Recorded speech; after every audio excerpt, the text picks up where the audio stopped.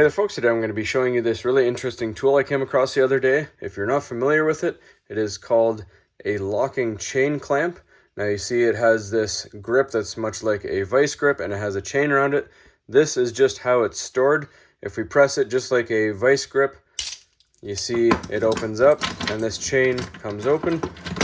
Now you can get these in varying lengths. This is a very long one. And you can see we have prongs on here and we have hooks that will hook into the prongs, and we have a groove here. I'll show you real quick. Just loosely you put it into the groove there, and then this goes over top and you would clamp it and that will tighten it up. So we're going to show you on a few different things and why this is interesting, because it has a very wide variety of clamping capabilities. So let's get started with a couple things that we have off to the side right here. All right, so first piece we're going to show you on is just this random 2.5 pound dumbbell weight.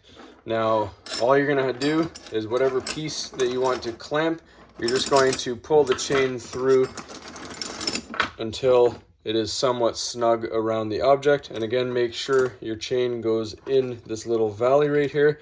You're going to find your closest tooth and then clamp your jaws down onto it. Give it a nice tight squeeze, and as you can see, this is only 2.5 pounds, but that's got a very good grip. Even if we tap it, it's not going anywhere.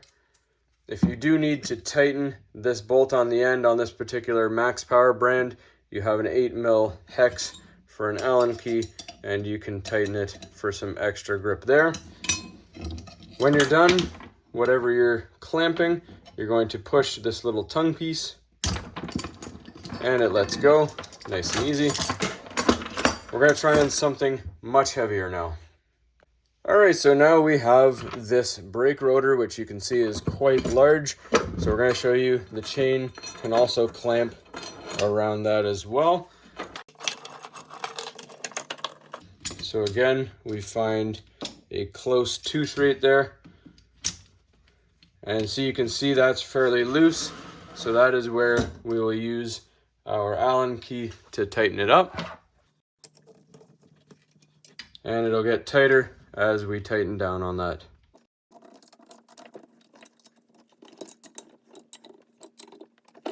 All right, so that is the other way to tighten this down if you don't have a lot of wrist strength.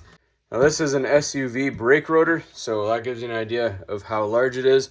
I'm going to grab it just by the handle grips to show you how much grip that has. We flip it around, we see it has quite a lot of grip to it. And again, press on the tongue and it'll come loose. Loosen this off a bit and our chain comes off. All right, so to simulate how universal this tool really is, we made a random shape here of items that we're going to clamp together, a rectangle piece of wood and a circle PVC pipe. That is a very random shape, so we're going to clamp them together, take them out of the vise and see how they hold. So again, chain goes around and we tighten this down. So we can see it's fairly snug, but we want it a little tighter. We hit it with our Allen key, and you can see it's digging into the wood there. So before we break it, we're going to stop it right there. We'll take it out of the vise, and you can see that is stuck on there very well, nice and clamped. So that is pretty cool. Now I'll show you real quick how to wrap this up to store it, and we'll be off to the races.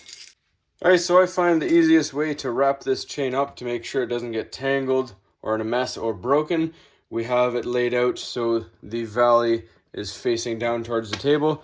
We take the loose end here, put it in on itself, and start wrapping it up into a circle.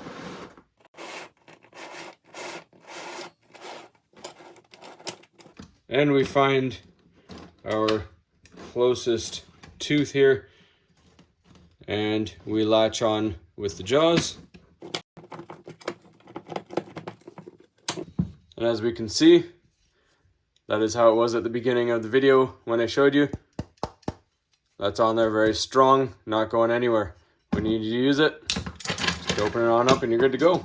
Hopefully you found this helpful. As always, please don't forget to like and subscribe.